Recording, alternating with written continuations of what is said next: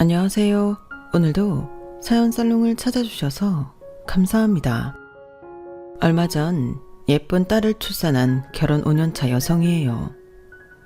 제가 출산을 한 날은 제 인생에서 빼놓을 수 없는 한 사람의 생일이기도 해요. 바로 저를 키워주신 엄마 생신이었죠. 엄마들이 그런 말들을 하시잖아요.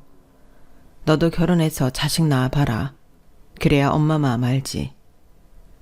제가 출산을 하고 보니 그 말이 그제야 실감이 났어요. 10시간 가까운 진통 끝에 아직 눈도 못 뜬 큰 딸아이를 마주한 순간 엄마 생각이 제일 많이 나더라고요. 출산을 경험한 여성이라면 다들 저와 같았을 거예요. 다만 다른 게 있다면 제가 떠올린 사람은 친엄마가 아닌 새엄마였다는 거였죠. 저는 8살 때부터 계모 손에서 자랐어요. 신데렐라에 나오는 고약한 계모는 아니었지만 그럼에도 저는 심정적으로 비슷하게 느꼈어요. 그건 새엄마가 나를 낳아준 친엄마한테 상처를 준 사람이었기 때문이에요.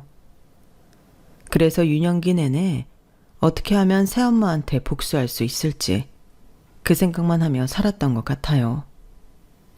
그런데 지금에 와서는 그때의 내 행동이 너무 후회스러워요. 뒤늦게 너무나도 충격적인 사실을 알아버렸기 때문이죠. 그래서 이렇게 사연을 보내게 되었습니다. 저희 집은 그리 화목한 가정은 아니었어요. 부모님 사이가 그리 좋지 않았거든요. 그렇다고 두 분이 자주 싸우거나 했던 건 아니에요. 오히려 그 반대였죠. 대화가 없었어요. 각방을 쓰는 건 물론 서로 눈도 마주치지 않을 정도로 냉랭한 사이였어요. 그렇다 보니 저는 어릴 때부터 부모님 눈치를 많이 볼 수밖에 없었어요. 친구들은 휴가 때 부모님과 피서도 가고 주말이면 가족 여행도 다녔지만 저는 그런 걸 한 번도 경험해 본 적이 없어요. 아빠는 늘 회사 일로 바쁘셨기 때문에 놀이동산도 그렇고 동물원도 그렇고 나들이는 늘 엄마랑 단 둘이 다녀야 했어요. 어린 시절 사진을 보면 엄마와 단 둘이 찍은 사진들 뿐이에요. 엄마에 대한 애정이 남들보다 더 강할 수밖에 없는 것도 이런 이유였죠. 그런데 그런 엄마가 갑자기 세상을 떠나신 거예요. 저를 데리러 유치원으로 오던 중 횡단보도를 건너다 차에 치이신 거였죠. 유치원에서 엄마가 오기를 기다리던 저는 친구들이 부모님과 함께 하나 둘 집으로 돌아가는 걸 혼자 지켜봐야 했어요. 그런데 날이 어둑해지고 졸음이 몰려오던 그때 전화벨이 요란하게 울렸어요. 그리곤 전화를 받은 선생님이 침통한 표정으로 제게 다가오셨죠. 윤지야, 선생님이랑 같이 엄마한테 가자. 그때까지만 해도 엄마가 일이 있어서 늦는 줄 알았어요. 그래서 선생님이 대신 저를 집에 데려다 주시는 걸로 알았죠. 그런데 선생님과 함께 택시를 타고 간 곳은 저희 집이 아닌 병원이었어요. 병원에 미리 도착해 있던 아빠는 저를 보고 깜짝 놀라시더라고요. 아니, 그때는 그런 줄 알았어요. 나중에서야 아빠가 놀랐던 대상이 내가 아닌 선생님이란 걸 알았지만요. 선생님도 저희 아빠를 보고 놀랐는지 제 손을 잡은 손이 살짝 떨리더라고요. 아빠도 선생님도 이내 저를 내려다보셨어요. 그리고는 막막한 표정으로 쉽게 말을 꺼내지 못하시더군요. 먼저 말을 꺼낸 건 선생님이었어요. 윤지야, 아빠한테 가야지. 선생님은 그 말과 함께 제 손을 놓아주셨어요. 평소 아빠랑 그리 살가운 사이가 아니었던 저는 머뭇거리며 아빠한테 다가갔어요. 평소라면 무뚝뚝하게 저를 바라보기만 했을 아빠가 그날은 웬일인지 한쪽 무릎을 꿇고 저를 안아주시더라고요. 그리고는 나직한 목소리로 말씀하셨어요. 윤지야, 엄마랑 마지막 인사하러 가자. 그리고는 제 손을 잡고 철문 안으로 들어가셨어요. 솔직히 그날 그곳에서 보았던 건 잘 기억이 안 나요. 어렴풋한 기억만 남아있을 뿐이죠. 방 중앙에 하얀 천에 덮여있는 무언가가 있었고 아빠는 그게 엄마라고 했어요. 엄마가 교통사고로 세상을 떠나셨다고 말이죠. 사실 그 말이 실감이 안 나서 멀뚱멀뚱 아빠 얼굴만 바라보았어요. 그런데 이어진 다음 말에 울음이 터져버리고 말았죠. 이제 다시는 엄마를 못 볼 거야. 그러니까 마지막 인사드려.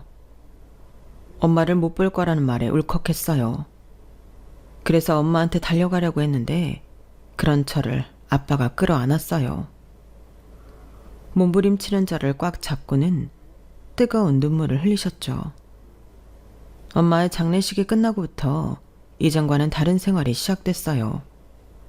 할머니가 아침마다 저희 집에 오셔서 저를 돌봐주셨거든요. 하지만 그렇게 한 달쯤 지나자 할머니께서 많이 힘드셨는지 아빠와 저한테 본가에 들어와 살라고 하시더라고요. 하지만 아빠는 그러고 싶어 하지 않으셨어요. 윤지 지 엄마 잃은 지 얼마 안 됐어요. 갑자기 생활 환경이 달라지면 많이 힘들 거라고요. 유치원 문제만 해도 그래요. 갑자기 유치원으로 옮기면 애가 혼란스러울 게 뻔해요. 어머니가 힘드시면 도우미 아줌마를 부를게요. 아니, 남한테 애를 맡기겠다고? 그러지 말고 집으로 들어와. 네가 당장 재혼할 거 아니라면 언젠가 됐든 한 번은 겪어야 될 일이잖아. 할머니도 팽팽히 맞서셨어요. 하지만 아빠는 끝까지 고집을 부리셨어요. 결국 저를 도와주실 도우미 아주머니가 집에 오게 되었고 이듬해 봄 초등학교에 입학을 했어요. 초등학교에 입학한 뒤에도 도우미 아주머니가 저를 돌봐주셨죠. 그런데 1학년 2학기가 끝나갈 무렵 아빠가 소개시켜줄 사람이 있다고 하시는 거예요. 그렇게 아빠를 따라 나간 자리에는 다름 아닌 제가 나온 유치원 선생님이 계셨어요. 저와 함께 엄마가 있던 병원에 데려다 주셨던 선생님이었죠. 엄마가 돌아가시고 저한테 특히 잘해주셨던 선생님이라서 무척 반가웠어요. 보자마자 선생님께 달려들어 안기자 아빠가 흐뭇해 하시더라고요. 윤지야, 오랜만에 선생님 만나니까 좋아? 응, 그런데 선생님도 누구 만나러 왔어요? 난 아빠 친구 만나러 왔거든요. 그러자 아빠가 그러시는 거예요. 실은 우리가 만나러 온 사람이 바로 선생님이야. 앞으로 선생님이 윤지 새엄마가 되어주실 거야. 그 말에 순간 멍하긴 했지만 그렇다고 싫다는 생각이 들지는 않았어요. 선생님이 엄마가 되는 게 좋은 게 아니라 제게 엄마가 생긴다는 사실이 좋았던 것 같아요. 그렇다고 돌아가신 엄마를 잊은 건 아니에요. 여전히 엄마를 사랑하고 그리우니까요. 하지만 엄마에 대한 그리움만큼이나 주변 친구들에 대한 부러움도 컸어요. 초등학교에 입학하고 엄마가 있는 친구들을 보면서 정말 많이 부러웠거든요. 물론 도우미 아주머니가 많이 도와주시기는 했지만 엄마가 챙겨주는 아이들과는 확연히 차이가 있었어요. 방과 후 교문 앞에서 기다리고 있는 엄마들 중 우리 엄마도 있었으면 얼마나 좋을까.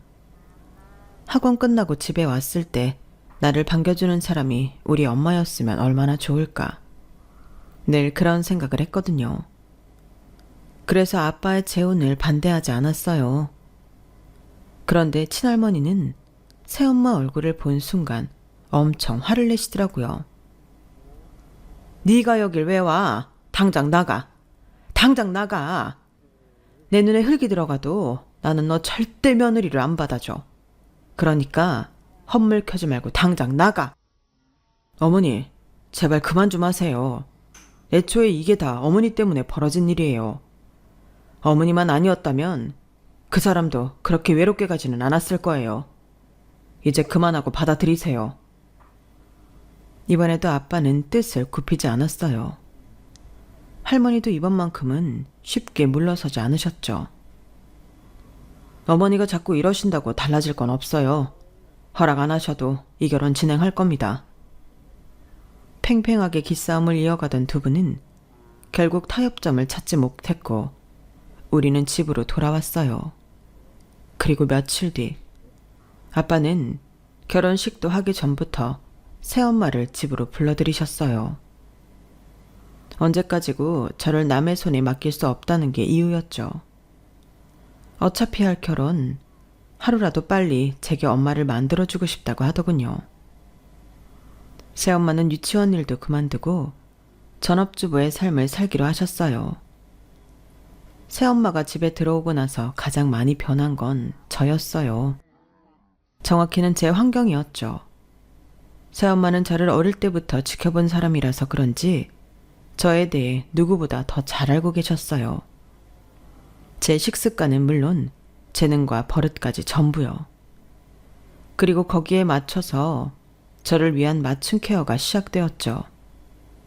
그러다 보니 도우미 아주머니가 계실 때와는 완전 다르게 체격도 좋아지고 학과 성적도 오르고 무엇보다 제 표정이 밝아졌어요. 그런 제 변화에 결국 할머니도 흔들리기 시작했어요. 네가 마음에 들어서 받아주는 거 아니야. 우리 윤지 생각해서 옆에 두는 거지. 그러니 땀만 먹지 말고 불쌍한 우리 윤지 잘 키워라. 그게 네가 살 길이야. 결국 할머니는 결혼 허락을 하셨고 그제야 부모님은 결혼식을 올릴 수 있었어요. 결혼식은 양가 부모님의 동의하에 가족들만 모여서 조촐하게 치렀어요. 처음에 심하게 반대하던 할머니는 언제 그랬냐는 듯 결혼식을 치른 이후에는 새엄마한테 함부로 하지 않으셨어요. 적어도 가족들이 보는 앞에서는요. 고모 역시 딱히 새엄마를 반기지는 않았지만 그렇다고 함부로 굴거나 괴롭히지는 않더라고요. 그렇게 한 2년 정도는 정말 아무 문제 없이 지냈어요. 명절에는 다 함께 본가에 모여 명절을 보냈고 저희 엄마가 살아계실 때와는 달리 휴가철에 할머니와 고모까지 포함해 온 가족이 여행을 떠나기도 했으니까요. 태어나서 가족여행을 가본 건 그때가 처음이었어요. 늘 엄마랑 단 둘이 다니던 여행과는 확실히 다르더라고요. 무엇보다 달라진 건 아빠였는데 전에는 바쁘다는 핑계로 할머니 생신이고 명절이고 매번 저랑 엄마만 본가에 보내시더니 새엄마가 들어온 이후엔 가족 모임에도 꼬박꼬박 참석하시더라고요. 아빠가 변하니 집안 분위기도 확실히 변해갔어요. 대화 없이 냉랭하던 집안 분위기는 온데간데 없이 사라지고 가족 간의 대화도 많이 늘어났거든요. 게다가 아빠는 주말이면 저랑 새엄마를 태우고 교회로 드라이브를 가거나 대형 마트에서 장을 보기도 했는데 엄마가 살아계실 때는 한 번도 없던 일이라서 처음엔 아빠의 이런 변화가 많이 신기했어요. 별거 아닌 TV 프로를 보면서도 이런저런 얘기도 하고 웃고 떠드는 날이 많았어요. 이제야 평범한 가정이 된 것 같은 기분이었죠. 이런 변화들 때문이었을까요? 저는 새엄마가 우리 집에 와서 정말 다행이라는 생각까지 했어요. 새엄마 덕분에 제가 꿈꾸던 화목한 가정이 완성됐으니까요. 동화 속에 나오는 새엄마들은 다들 본처 자식을 쥐잡듯 괴롭히기 일쑤였는데 새엄마는 전혀 달랐어요. 아빠보다도 더 저를 챙기셨거든요. 아빠 앞에서만 그랬던 게 아니라 아빠가 없는 곳에서도 한결같이 그러셔서 저는 새엄마한테 쉽게 마음을 열 수 있었어요. 그런데 이런 행복도 그리 오래가지 않았어요. 그동안 몰랐던 할머니의 만행이 밝혀졌거든요. 그날은 할머니 생신이었어요. 아빠는 퇴근 후에 본가로 바로 오신다고 했고 새엄마랑 저는 먼저 본가로 가 있었어요. 새엄마는 준비해간 재료로 음식을 만들기 시작했고 저는 마당에서 강아지랑 놀고 있었어요. 그러다 강아지 물통이 비어있는 걸 보고 물을 가지러 주방으로 갔는데 거기서 듣지 말아야 할 말을 듣고 만 거예요. 어머님, 어떻게 제 친정 부모님께 그러실 수가 있어요. 저한테만 하세요. 어머님이 마음에 안 드는 건 저잖아요. 제 부모님은 아무 죄도 없는 분들이잖아요. 제가 잘할게요. 어머님 말씀 잘 듣고 윤지 엄마로만 살게요. 딴 욕심 안 부린다고요. 그러니까 제발 제 친정은 건들지 말아주세요. 창고 경비서는 애비에 건물 청소하는 애미에 어디서 이런 천한 집구석 인간들이 감히 우리랑 사돈을 맺어. 내가 아주 자다가로 열이 받아서 벌떡벌떡 일어난다고. 내가 밤에 잠 설치는 게 다 너랑 네 집구석 인간들 때문인데 왜 죄가 없어? 너를 낳은 게 네 부모 죄야. 그런 집구석에서 태어난 게 네 죄라고. 어머님, 어떻게 그런 말씀을 하세요? 왜? 못 참겠니? 그럼 나가. 너 잡을 사람 여기 없다. 내가 널 왜 허락해줬는지 기억하지? 네가 윤지한테 비밀로 하겠다고 각서를 써서 내가 결혼 승낙해준 거야. 난 약속 지켰으니 너도 네가 한 약속 꼭 지켜. 약속을 어기는 순간 넌 이 집에서 쫓겨나는 걸로 안 끝나. 네 친정부모 합줄까지 다 끊어놓을 테니 알아서 해. 새엄마를 쫓아내려고 혈안이 된 할머니는 식구들 앞에서만 웃는 얼굴을 했지 뒤에서는 새엄마를 집요하게 괴롭히고 있었던 거예요. 새엄마의 친정 식구들까지도요. 그리고 그보다 더 문제가 됐던 건 바로 각서였어요. 자식을 낳지 않겠다는 약속이 담긴 각서요. 저는 서슬퍼렇게 새엄마를 잡고 있는 할머니를 피해 마당으로 도망쳤어요. 강아지를 품에 안고 구석에 쭈그려 앉아 있는데 마침 퇴근한 아빠가 오셨더라고요. 아빠를 보자마자 달려가 와락 안겼어요. 그리고 난해서 제가 엿들은 얘기를 아빠한테 다 털어놓았죠. 새엄마 좀 구해달라고 울면서요. 제 말을 듣는 아빠는 얼굴이 벌겋게 달아올라서 나직한 목소리로 그러셨어요. 윤지야, 아빠 차에 가서 기다려. 엄마랑 금방 나올 테니까. 아빠는 집 앞에 세워둔 차까지 저를 데려다 주시곤 집으로 들어가셨어요.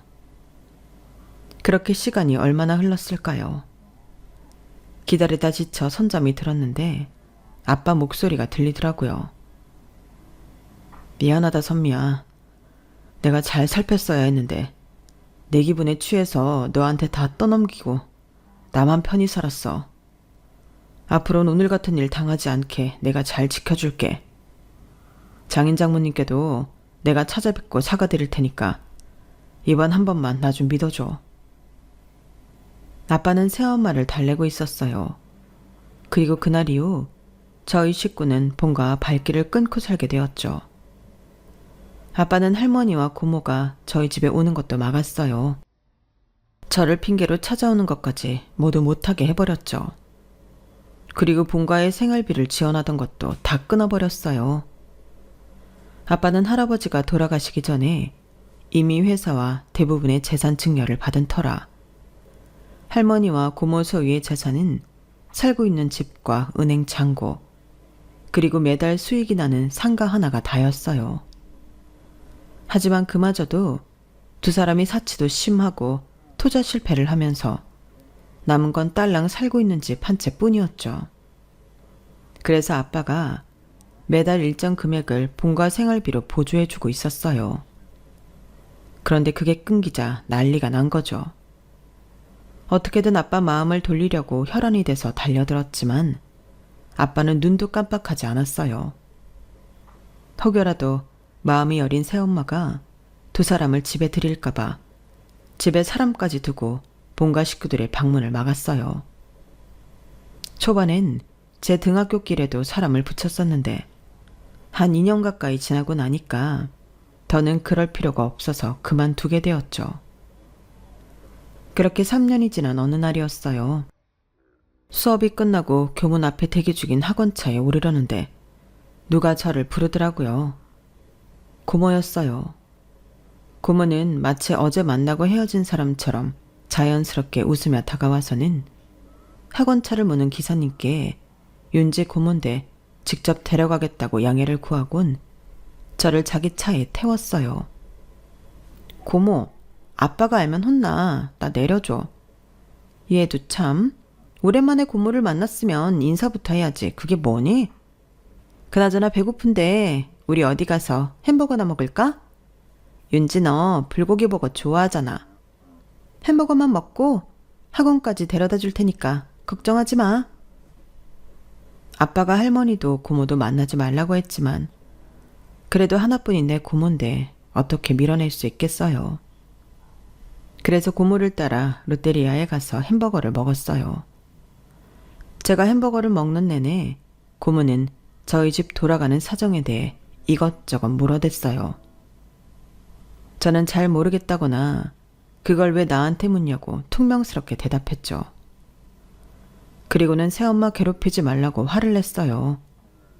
그랬더니 고모가 답답하다는 듯 주먹으로 가슴을 팡팡 치고는 그러지 뭐예요. 윤지 너 새엄마가 어떤 사람인지 알아? 너희 엄마한테서 아빠 뺏어간 사람이야. 너희 엄마 살아있을 때부터 너희 아빠 꼬셔서 바람 폈던 사람이라고. 엄마가 그날 왜 교통사고를 당했는지 알아? 네 유치원 선생이 네 아빠랑 바람 피고 있다는 거 알고는 급하게 유치원으로 달려가다가 사고가 난 거라고. 그런데 딸이 돼서는 네 엄마를 죽인 거나 마찬가지인 원수 편을 들어? 하늘에서 엄마가 이걸 보면 얼마나 가슴이 아프겠니? 고모의 말에 심장이 철렁했어요. 고모 말이 사실이라면 저는 지금까지 내 엄마를 괴롭힌 사람을 돕겠다고 발톱을 세우고 할머니와 고모한테 대든 거나 마찬가지였으니까요. 고모, 그게 무슨 소리야? 새엄마가 아빠랑 바람을 폈다니. 그럼 우리 엄마가 죽은 것도 새엄마 탓이라는 거야? 따지고 보면 그런 셈이지. 할머니랑 고모가 달래 네 새엄마를 미워하겠니? 그제야 그동안 할머니가 새엄마한테 했던 말과 행동이 이해가 갔어요. 저한테 비밀로 하기로 하고 썼다던 그 각서의 의미도요. 그리고 나니 아빠가 한순간에 변한 것도 이해가 갔어요. 엄마한테는 그렇게 싸늘하게 대하던 아빠가 새엄마한테는 세상 둘도 없는 착한 남편으로 굴었던 게 말이죠. 순식간에 밀려드는 배신감에 눈물도 안 나더라고요. 그날 저는 고모와 함께 본가로 갔어요. 그리고 새엄마한테 전화해 앞으로는 본가에서 할머니랑 살겠다고 말했죠. 도대체 갑자기 왜 그런 결정을 내렸냐고 묻는 새엄마한테 복수하듯 내뱉었어요. 새엄마가 우리 아빠랑 바람을 펴서 우리 엄마가 죽은 거라고요. 살인자. 새엄마는 살인자야. 새엄마 때문에 우리 엄마가 죽은 거잖아. 그 말에 수화기 너머에선 정적이 맴돌았어요. 제 말에 새엄마가 충격을 받은 모양이더라고요. 윤지야, 내가 설명해 줄게. 무슨 말을 들었는지 모르겠지만 내가 다 설명해 줄게. 제발 내 말 좀 들어줘. 싫어. 안 들을 거야. 아무것도 안 들을 거야. 그렇게 전화를 끊어버렸어요. 그 일로 집은 발칵 뒤집어졌죠. 아빠와 새엄마가 본가로 달려와 저를 데려가겠다고 했지만 제가 거절했어요. 할머니는 이번 기회를 놓치지 않으려고 이런저런 조건을 걸었어요. 제 마음이 풀릴 때까지 책임지고 저를 맡아줄 테니 생활비며 저를 돌보는 데 들어가는 경비와 학원비를 보내라는 얘기였죠. 할머니한테는 손녀딸 걱정보다는 돈이 먼저였어요. 저도 그건 알고 있었지만 그래도 내 엄마를 죽음으로 몰고 간 새엄마와 아빠를 보면서 살 자신이 없었어요. 아빠는 윽박지르며 저를 데려가려고 하셨지만 새엄마가 말렸어요. 아이한테 더 상처가 될 거라면서. 저는 새엄마의 그런 모습도 짜증이 나더라고요. 우리 아빠랑 바람까지 펴서 내 엄마 가슴에 상처를 입힌 사람이 이제 와서 아닌 척하는 게 거슬리고 역겹기만 했거든요. 그렇게 저는 본가에서 할머니, 고모와 함께 살게 되었어요. 중학교 시절 내내 본가에서 생활한 저는 생각지 못한 상황에 저희 집으로 돌아가게 되었어요. 해외 출장을 마치고 돌아온 아빠가 원인모를 감염으로 생사를 오가게 되었거든요. 뭐에 감염이 됐는지 알 수 없어서 정확한 치료도 할 수 없어서 몸 상태는 시간이 갈수록 급속히 악화되었어요. 그리고 결국 감염 사실을 알게 되고 3개월도 안 돼서 세상을 떠나시고 말았죠. 문제는 그 다음이었어요. 아빠가 남긴 유산이 모조리 새엄마 손에 들어가게 됐다는 거였죠. 할머니와 고모는 소송을 해서라도 재산을 찾겠다고 했지만 현실적으로 불가능한 일이었어요. 상속은 새엄마의 저 외에는 받기 힘든 상황이었으니까요. 그런데 장례식이 끝나고 며칠 뒤 새엄마가 본가로 찾아온 거예요. 새엄마는 당장 생활비 지원을 빌미로 저를 데려가려고 했어요. 윤지 몫의 유산은 윤지가 성인이 된 후에야 손을 댈 수 있어요. 현재로선 10원짜리 동전 하나도 건들 수 없다는 얘기죠. 저는 그동안 그이가 본가에 하던 지원을 다 끊을 생각이에요. 생활비, 돌봄비 전부 다요. 하지만 윤지를 제게 보내주신다면 생활비 지원은 앞으로도 해드릴 생각이에요. 어쩌시겠어요? 윤지 끝까지 잡고 계실 건가요? 아니면 보내주실 건가요? 제 의사와는 상관없이 할머니와 고모는 돈 때문에 저를 새엄마 손에 넘겨주었어요. 아직 미성년자인 저는 법적 보호자가 필요했기 때문에 어쩔 수 없이 새엄마를 따라 나서야 했죠. 집에 가보니 제가 쓰던 방은 그대로 남아있더라고요. 그 방에 들어서니 옛 생각이 났어요. 내 인생 처음으로 화목한 가정의 따스함을 느낄 수 있었던 그 시간들이요. 만약 새엄마와 아빠의 비밀을 몰랐다면 우리 가족은 지금까지 행복하게 살고 있지 않았을까. 의미 없는 가정을 하다 보니 허탈함 웃음만 나더라고요. 이미 다 끝나버린 상황 앞에서 그런 생각은 쓸데없는 거니까요. 다시 새엄마랑 살게 되었지만 예전처럼 다정한 모녀 사이는 아니었어요. 저는 어떻게 하면 새엄마가 상처 입을 수 있을까만 생각하는 사람처럼 아주 못되게 굴었거든요. 20살만 되면 이 집을 나가겠다는 각오로 하루하루를 버텼어요. 미래고 뭐고 다 포기한 사람처럼 공부도 안 하고 질이 안 좋은 친구들과 어울려 다니기만 했죠. 그러다 한 번은 흡연 문제로 학생부에 끌려가게 되었는데 담임 호출을 받고 새엄마가 학교로 왔더라고요. 새엄마를 보자 저는 될 대로 되라는 식으로 막무가내로 굴었어요. 내가 담배 피는 거 봤냐? 담배를 가지고 있긴 했지만 피진 않았다. 가지고 있는 것만으로 징계를 받아야 한다면 몸에 담배를 지닌 남자 선생님들도 징계를 줘야 하는 것 아니냐고 입에서 나오는 대로 짓거려댔어요. 그 바람에 더 화가 난 학생 주임 선생님은 벌점과 정학으로 끝낼 일이 아니라 퇴학 처분을 내려야 한다고 소리를 높였고 저는 변호사 불러서 법적으로 하겠다고 난리를 쳤어요. 그런데 그때였죠. 새엄마가 그 자리에서 무릎을 꿇으신 거예요. 그리고는 자신이 자식 교육을 잘못 시켰다며 죄송하다고 사과를 하더군요. 순간 너무 놀라서 할 말을 잃었어요. 저 사람 왜 저러니? 어차피 아빠도 죽었고 원하던 재산 손에 넣었는데 이렇게까지 하면서 나를 감싸려는 이유가 뭘까?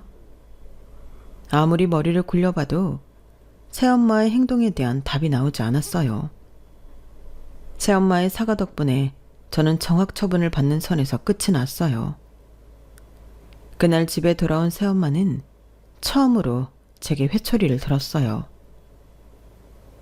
나한테 화가 나 있는 거 알아. 그럼 나한테 화를 내. 네 인생 망치는 걸로 화풀이하지 말고. 너 평생 나 보고 살 거 아니잖아. 하지만 네 자신은 네가 죽는 순간까지 네가 감당해야 하는 거야. 네 인생이니까.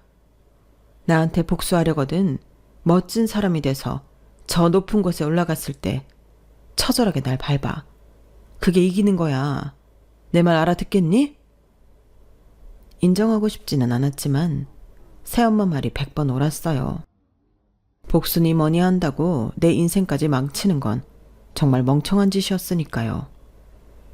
그날 이후 저는 마음을 다잡고 공부를 했어요. 학원에도 등록하고 과목별로 과외 지도도 받았죠. 역시 돈이 좋긴 한 건지 학원과 과외 도움을 받으니 성적이 쑥쑥 오르더라고요. 그렇게 고1 말에 정신을 차리고 공부를 시작한 저는 꽤 이름 있는 대학에 합격을 했어요.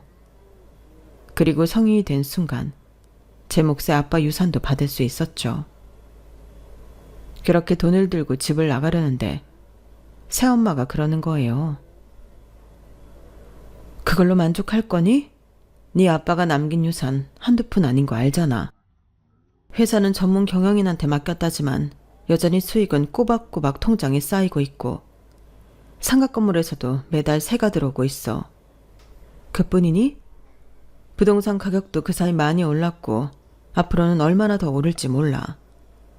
네가 받은 그 돈은 네 아빠가 남긴 전체 유산 중 정말 몇 프로 안 되는 돈에 불과하다고.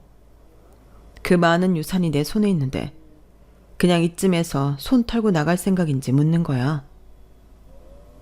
지금까지는 그저 내 몫의 유산만 받아서 이 집을 나가는 것만 꿈꿔왔는데 새엄마 말을 들어보니 솔직히 욕심도 나고 화가 나더라고요. 우리 엄마가 누렸어야 할 모든 걸 이 여자가 다 손에 쥐게 됐다고 생각하니까 혈압이 오르는 기분이었어요. 그래서 이제 와서 이런 말을 하는 저희가 뭐냐고 물었죠. 그랬더니 이 집에서 버텨. 대학 졸업할 때까지 버티면 전 재산의 3분의 1을 줄게. 네가 결혼할 때까지 이 집에서 버티면 나머지 재산의 반을 주고 내가 죽을 때까지 한 달에 한 번씩 이 집에 찾아오면 남은 재산 다 너한테 줄게. 어때? 그 정도면 너한테도 꽤 좋은 조건 아니니? 한마디로 자기가 죽을 때까지 나를 옆에 두겠다는 건데 도대체 왜 저런 쓸데없는 짓을 하는 건지 이해가 안 됐어요. 저랑 같이 있어봤자 엄마 대접도 안 해주는데 말이죠. 그래서 일단은 졸업할 때까지만 버텼다가 돈 받고 나가자 생각했어요. 그러다 취업할 때까지만 버티자고 생각하게 됐고 그렇게 차일피일 미루다가 결국 그 집에서 결혼까지 하게 되었죠. 어차피 결혼할 때 시댁 식구들한테 부모라고 소개를 해야 하니 미리 집을 나갈 이유가 없었거든요. 아무리 남편이지만 복잡한 저희 집 가정사를 알리고 싶지는 않았어요. 그래서 남편과 시댁에는 엄마가 일찍 돌아가셔서 아빠가 몇 년 뒤 재혼을 했다는 정도만 얘기했어요. 그래서 남편도 그런 줄로만 알았고요. 그런데 당신 장모님하고 사이가 꽤 좋은가 봐? 아무리 바빠도 매달 한 번씩은 장모님 만나러 가잖아. 당신 보니까 나도 우리 부모님한테 좀 잘해야겠다는 생각이 들어. 남의 속 모르는 소리 하지 마. 가고 싶어서 가는 거 아니야. 받을 게 있어서 가는 거지. 남편은 매달 친정에 가는 저를 보고 모녀 사이가 꽤 돈독한가 보다 생각했던 모양이에요. 사실 남들이 보면 그렇게 보이기도 했을 거예요. 친정에 가면 새엄마는 기다렸다는 듯 저를 데리고 쇼핑을 가기도 하고 때로는 근처 전통시장에 가서 장을 보고 시장에서 떡볶이랑 순대 같은 주전부리도 하곤 했어요. 또 가끔은 서울 근교로 드라이브를 가기도 하고요. 참 알차게도 그 하루를 이용하는 걸 보면서 귀찮기도 하고 한편으론 새엄마가 신기하기도 했어요. 저라면 돈줄 끊고 안 보고 살 텐데 말이죠. 그렇게 새엄마와 어울리다 보니 어느 순간부터는 복수고 뭐고 다 잊게 되더라고요. 그렇다고 예전처럼 살갑게 굴지는 않았지만요. 그러던 어느 날이었어요. 그날도 친정에 가야 하는 날이라서 아침 준비를 하는데 전화가 왔더라고요. 새엄마였어요. 오늘은 내가 일이 있어서 못 볼 것 같다. 다음 달에 보자. 그럼 끊는다. 안 와도 된다고 하니 좋긴 했지만 왠지 새엄마 목소리에 힘이 없는 것 같아서 살짝 걱정이 되긴 했어요. 그렇게 몇 주가 지났을까요? 고모한테 전화가 왔더라고요. 얘, 너 그 소식 들었니? 니네 새엄마 암 걸렸다더라? 어제 엄마랑 병원에 갔다가 이 박사님 만났는데 그러더라고. 대장은 말기라서 손 쓰고 할 것도 없나 보더라 얘. 이제 네 아빠 유산 다 네 차지가 되는 거야. 윤지 너 그 돈 받으면 이 고모한테도 한몫 떼어줘야 한다. 네 새엄마 정체 말해준 거 나잖아. 나 아니었으면 아직까지 네가 네 엄마 죽인 원수한테 엄마 엄마 하면서 다녔을 거 아냐. 암튼 조만간 좋은 소식 기다릴게. 사람이 죽게 생겼다는데도 고모는 꽁돈 받을 생각이 들떠 있는 것 같았어요. 지난달에 갑자기 약속을 취소한 게 암 진단을 받아서 그런 건가 보다 생각하니 가슴 한 구석이 욱신 쑤시는 것 같더라고요. 그렇다고 우리 사이에 살갑게 전화해 상태를 물을 수도 없고 아무 일 없는 것처럼 지내기엔 걱정이 돼서 남편을 시켜 친정에 가보게 했어요. 그랬더니 집에 돌아온 남편이 그러는 거예요. 장모님 상태가 너무 안 좋으시던데 그 큰 집에 혼자 계시는 것도 그렇고 차라리 입원을 시키는 게 낫지 않을까 싶어. 아무리 피 안 섞인 계모라고는 해도 지금까지 자기를 키워주신 분이잖아.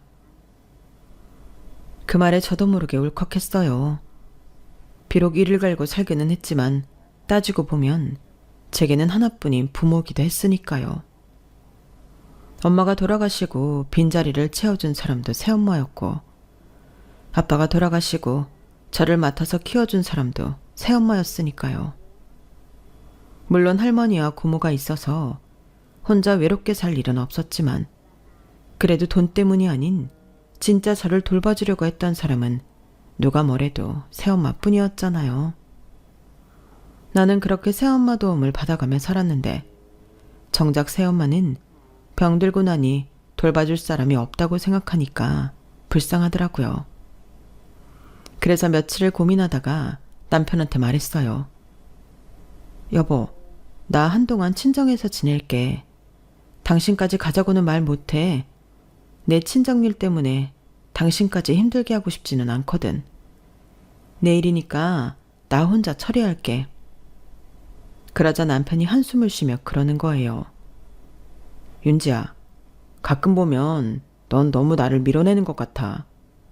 나 네 남자친구 아니고 네 남편이야. 이제 너랑 나는 한 몸이나 마찬가지라고. 네가 가는데 어떻게 나 혼자 여기 있니? 가면 같이 가는 거지. 안 그래도 장모님 보고 온 다음 날부터 마음이 안 좋았어. 우리 결혼할 때도 그렇고 장모님이 나한테 잘해주셨잖아. 혹시라도 이번이 마지막이 될지도 모르는데 사위 노릇 한번 하고 싶어. 그러니까 같이 가자. 주말엔 내가 집에 왔다 가면 되니까. 생각지도 못한 남편의 말에 눈물이 핑 돌았어요.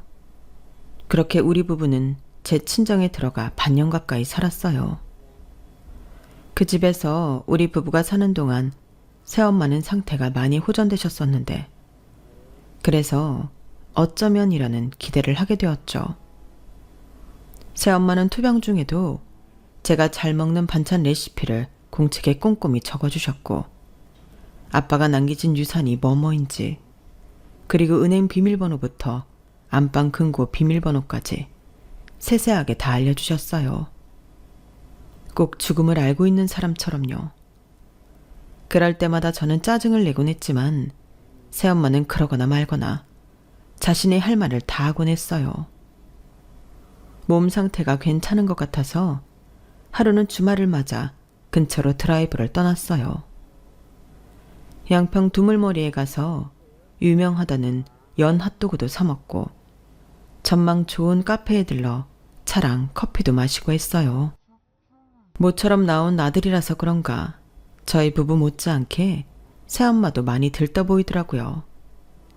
그래서 그런가 집으로 돌아오는 차 안에서 잠이 들었을 정도로 많이 지치신 것 같았어요. 그런데 집에 도착했는데도 새엄마가 일어날 생각을 안 하시는 거예요.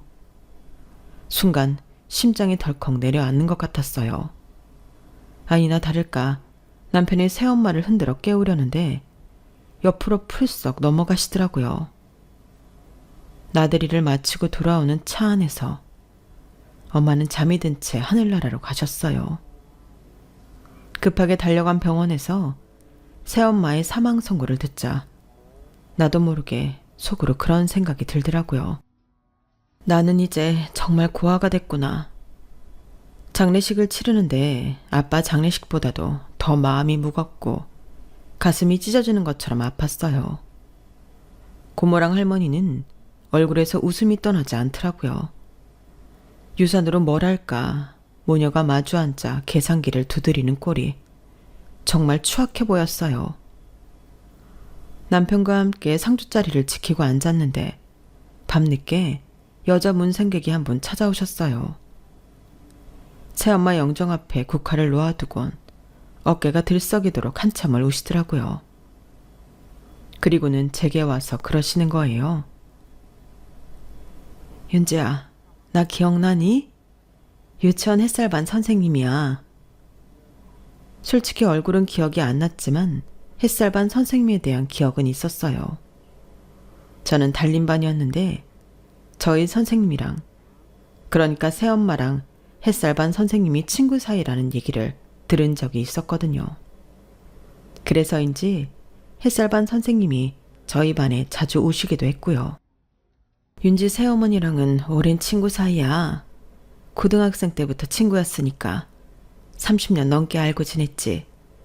이제 보니 윤지는 엄마를 참 많이 닮았구나. 그러시면서 제 얼굴을 찬찬히 훑어보시더라고요. 그리고는 가방에서 상자 하나를 꺼내 내미셨죠. 이거 너희 새엄마가 몇 달 전에 나한테 남긴 거야. 혹시 자신이 잘못되면 그때 윤지 너한테 전해주라고 했어. 상자를 열어보니 오래된 산모수첩이 가장 먼저 보였어요. 산모수첩에는 새엄마 이름이 적혀 있더라고요.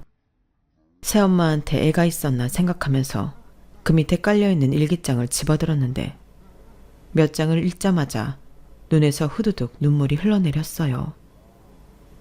사랑하는 남자와 연애를 하고 결혼까지 약속했지만 집안 형편이 안 좋다는 이유로 남자 쪽 어머니가 결혼 반대를 했고 결국 강제로 헤어질 수밖에 없었다는 얘기였어요. 그런데 헤어지고 난 뒤 임신 사실을 알게 되었고 그 사실을 알리려 남자 집에 찾아갔다가 남자의 모친을 통해 남자가 이미 결혼했다는 사실을 알게 되었죠. 배는 불러오는데 막막하기만 했던 새엄마는 친구 자취집에 머물며 출산을 했고 이듬해 아이를 데리고 산부인과를 찾았다가 우연히 남자와 그 앞에 서 있는 남자의 아내를 보게 되었어요. 남자의 모친 말과 달리 남자는 얼마 전에서야 결혼을 했다더라고요. 문제는 남자의 아내가 임신할 수 없는 몸이라는 거였죠. 남자의 아내는 새엄마를 설득해 자신이 아이를 키워주겠다고 약속을 했고 당시 자신의 형편에선 아이를 제대로 키울 수 없다고 판단한 새엄마는 딸아이를 남자의 아내한테 맡겼던 거예요. 그래도 제 아빠 곁에서 자라면 덜 외롭지 않을까 생각하면서요. 그렇게 맡겨진 아이는 바로 저였던 거예요. 아빠와 엄마, 그리고 새엄마가 소설 속 주인공처럼 비극적인 인생을 살게 된 건 다 할머니 때문이었던 거죠. 중간에서 결혼을 방해하지만 않았더라면, 그리고 아빠가 결혼을 했다는 거짓말만 하지 않았더라면 엄마도 새엄마도 아빠도 그렇게 살지 않아도 됐을 텐데 말이에요. 새엄마가 남긴 일기장을 밤이 새도록 읽어내려간 저는 가슴이 갈갈이 찢기는 심정이었어요. 내 친엄마인 줄 알았다면 그렇게 모질게 굴지 않았을 텐데 단 한 번이라도 살갑게 엄마라고 불러드릴 걸. 모든 게 다 후회스럽고 죄송하기만 했어요. 그래서 그렇게 나를 버리지 못하고 옆에 끼고 살려 했구나 생각하니 더더욱 가슴이 아프더라고요. 장례식 마지막 날 저는 처음으로 나를 낳아준 친엄마를 불러보았어요. 그런데 장례가 끝나자마자 할머니랑 고모가 와서 유산은 어떻게 정리할 거냐고 묻더라고요. 그 말에 일순 화가 치밀었어요. 왜요? 혹시라도 고모랑 할머니한테 콩고물이라도 떨어질까 봐서요? 어림없어요. 내가 이 돈을 불구덩이에 쑤셔 넣는 한이 있어도 두 사람한테는 단돈 1원도 안 줄 거니까요. 내 친엄마를 내 언녀라고 속여서 온 가족을 찢어놓고도 무슨 낯짝으로 내 부모 유산을 탐해요? 할머니도 마찬가지예요. 할머니가 결혼 반대만 하지 않았다면 우리 엄마랑 아빠 그렇게 안 됐어요. 당신들 두 사람이 우리 가족을 불행하게 만든 거라고요. 절대 용서 안 할 거야.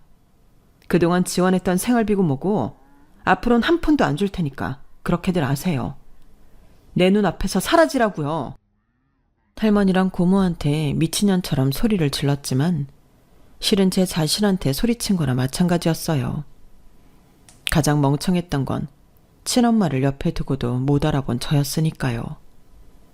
사람의 진심을 받아주려고 하지 않은 제 탓이니까요.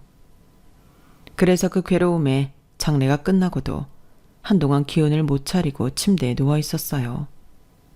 그런데 엄마 친구가 집으로 찾아오셨더라고요. 윤지야, 혹시 충격으로 밥도 안 먹고 자리 보존하고 있었던 건 아니지? 네 엄마가 그랬거든. 윤지는 가슴 아픈 일이 있으면 밥도 안 먹고 하루 종일 침대에 누워 있는다고. 그럴 땐 달달한 단팥죽을 먹이라고 하던걸. 그래서 이거 좀 가져왔어. 아줌마가 네 엄마처럼 음식 솜씨가 좋은 사람이 아니어서 직접 만든 건 아니고 죽집에서 사온 거야. 이거 먹고 기운 차려. 그래야 네 엄마도 하늘에서 내려다보고 덜 걱정할 거 아니니? 어서 한술 떠봐. 엄마 친구가 건넨 단팥죽 그릇을 잡고 한참을 내려다봤어요. 어릴 때부터 유난히 단팥죽을 좋아해서 울다가도 단팥죽 먹으라고 하면 벌떡 일어나곤 했었거든요. 새엄마가 저희 집에 처음 들어오시고 얼마 안 돼 단팥죽을 끓여주시길래 내가 좋아하는 걸 어떻게 알았나 신기해했던 기억이 있어요. 그런데 새엄마 일기장을 보니 저희 엄마랑 무척 친하게 지내셔서 저에 대한 건 서로 공유하고 계셨더라고요. 그러니 저에 대해 모르는 게 없을 수밖에요. 살면서 늘 반쪽 엄마만 가진 것 같아서 외롭기만 했는데 이제 보니 저는 엄마를 둘이나 가진 복받은 사람이었더라고요. 세상은 어떻게 바라보느냐에 따라 다르게 보인다더니 이제 와서는 이렇게 긍정적으로 볼 수 있게 되었네요. 엄마 장례를 치른 지도 2년이 지났고 지금 제 곁에는 저희 엄마와 생일이 같은 제 딸아이가 잠들어 있어요. 혹시 우리 엄마가 내 딸로 환생한 게 아닐까 하는 생각이 들 정도로 생김새도 많이 닮았어요. 지금까지는 엄마 속도 많이 썩인 딸로 자랐지만 이제는 반대로 자식을 키워야 하는 엄마 입장이 되었어요. 제 엄마들이 그랬던 것처럼 잘해 나갈 수 있을지 모르겠지만 저 역시 엄마들 딸이니까 잘할 수 있을 거라고 생각합니다. 그렇겠죠? 지금까지 제 사연을 들어주셔서 감사합니다. 들어주신 모든 분들의 내일이 행복하시기를 진심으로 바랍니다. 여러분, 사연 댓글에 응원과 현명한 조언 부탁드려요. 좋아요와 구독은 저에게 큰 힘이 됩니다. 오늘도 좋은 일 가득하세요.